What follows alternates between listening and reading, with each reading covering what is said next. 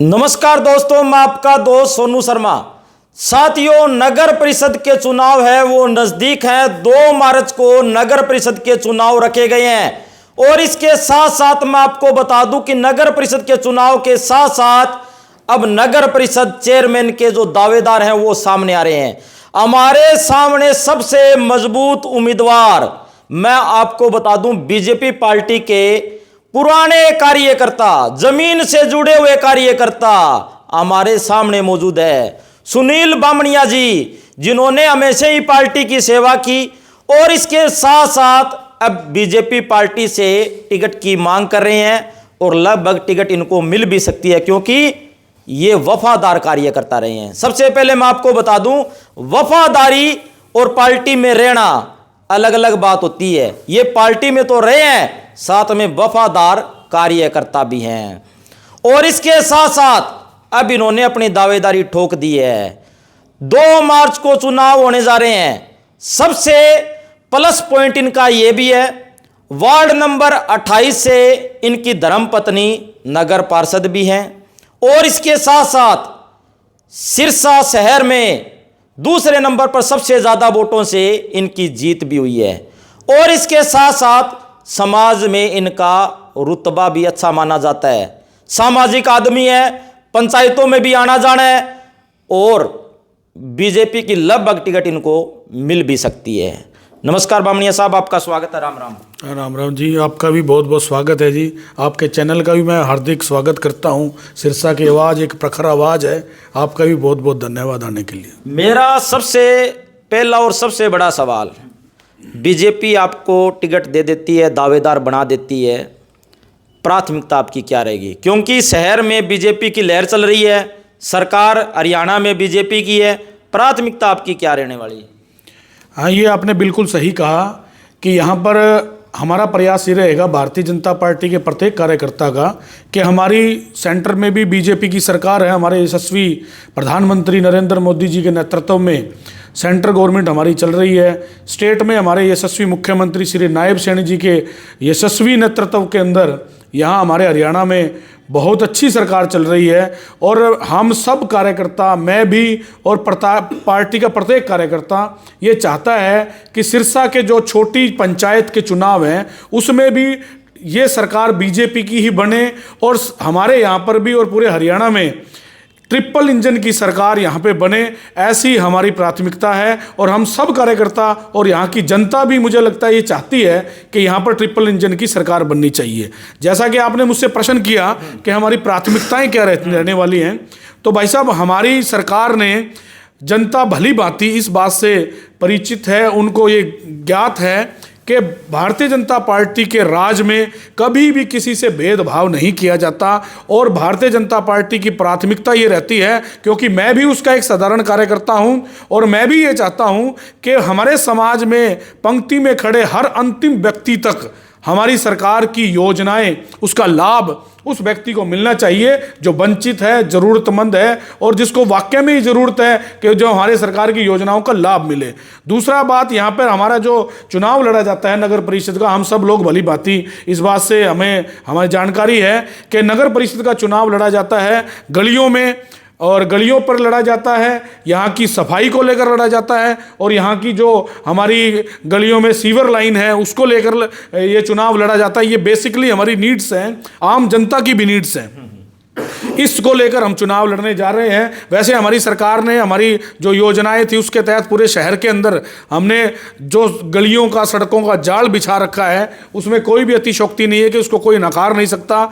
दूसरी प्राथमिकता मेरी ये रहेगी कि हमारे शहर के अंदर जो हमारे बाजार हैं, वो बाज़ारों के अंदर हमारी पार्किंग की बहुत अव्यवस्था रहती है, पार्किंग की ज़रूरत है हमारे बाज़ार में। और हमारे रोडी बाज़ार है, भादरा बाज़ार है, सदर बाज़ार है, यहाँ पे जो पार्किंग की हमारी थोड़ी सी कमी है, वो पार्किंग के लिए भी हमने, जब हम नगर परिषद के अंदर हमारी जब मीटिंग्स होती थी तो मेरी धर्मपत्नी जी 28 नंबर वार्ड से नगर पार्षद हैं और हमने उस समय भी लिख के दिया था, हमारी कमेटी की जो मीटिंग होती थी उसके अंदर भी ये प्रस्ताव पारित करके दिया था सब हमारे पार्षदों ने कि यहाँ मल्टी स्टोरी पार्किंग हम बनाने का प्रावधान रखें। और वो पास भी लगभग हो चुका था, मगर कुछ कारणों से वो बीच में टेक्निकली उस वजह से वो रह गया था। मगर अब मेरी प्राथमिकता सबसे बड़ी यही रहेगी कि यहाँ पे एक मल्टी स्टोरी यहाँ पर पार्किंग बनाई जाए ताकि लोगों को जो हमारी ट्रैफिक की समस्या रहती है उससे निजात दिलाई जा सके।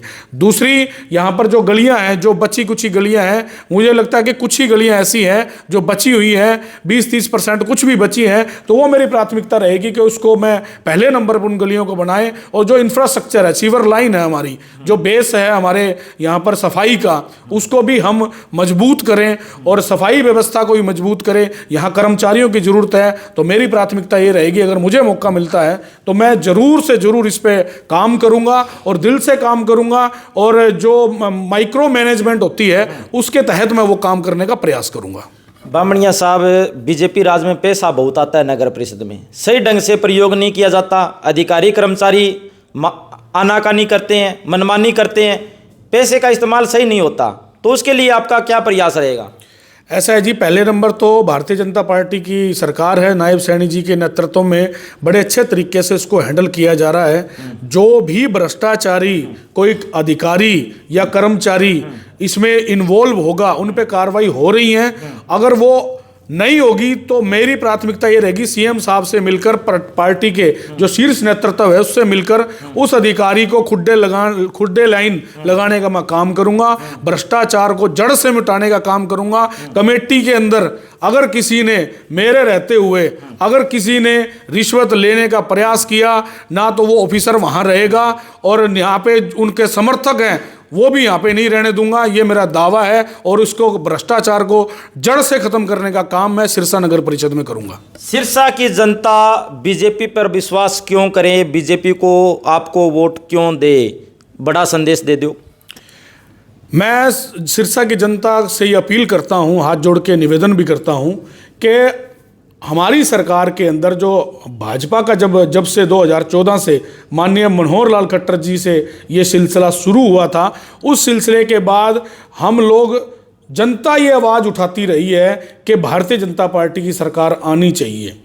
और पहले की जो पूर्व की सरकारों के अंदर जो भ्रष्टाचार होता था, जो जनता के जो बेसिक जो उनके अधिकार से उनको वंचित किया जाता था, उनके अधिकारों को छीना जाता था, उन अधिकारों को दिलाने का काम अगर किसी ने किया है तो भारतीय जनता पार्टी की सरकार ने किया है। और भारतीय जनता पार्टी को वोट इसलिए करना चाहिए क्योंकि भारतीय जनता पार्टी कभी भी किसी से भेदभाव नहीं करती।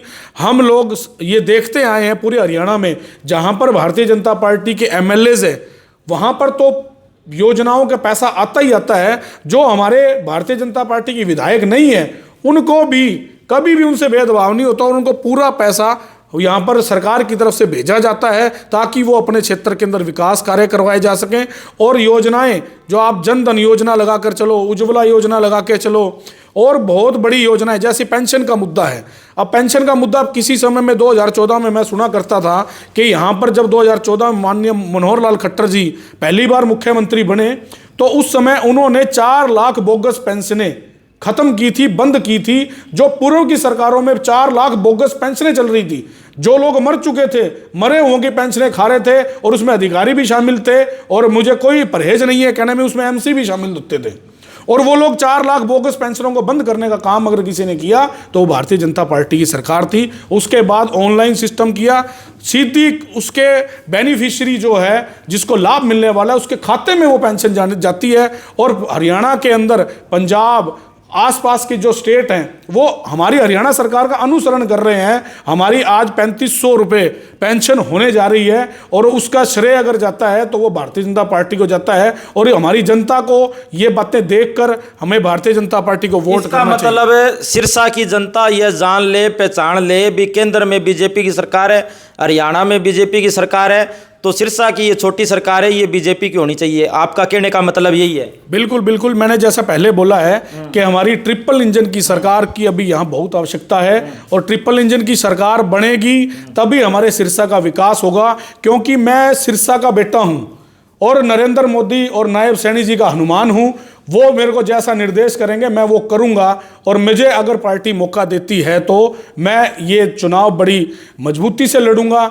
और क्योंकि मैं सिरसा में जन्म हुआ है, मेरा 100 साल से मेरे दादे परदादे यहाँ पर उनका जन्म हुआ है, और उनको ये सिरसा की जो समस्याएं हैं, बेसिक जो मूल समस्याएं हैं, उसको जो मैं समझ सकता हूं वो बाहर का व्यक्ति नहीं समझ सकता। क्योंकि मेरी धर्मपत्नी 28 नंबर वार्ड से नगर पार्षद रह चुकी हैं और हमारे नगर परिषद के अंदर जो 2016 में चुनाव हुआ था उसमें सेकंड हाईएस्ट वोटों से मेरी धर्मपत्नी जीती थी और 745 वोटों से हम ये चुनाव जीते थे। और पहले भी जो चुनाव चेयरमैनी का चुनाव हुआ था तो भारतीय जनता पार्टी के आशीर्वाद से मेरी धर्मपत्नी उस चुनाव में भी चेयरमैनी का चुनाव लड़ चुकी हैं और 1 वोट से हम उसमें रह गए थे, हार गए थे।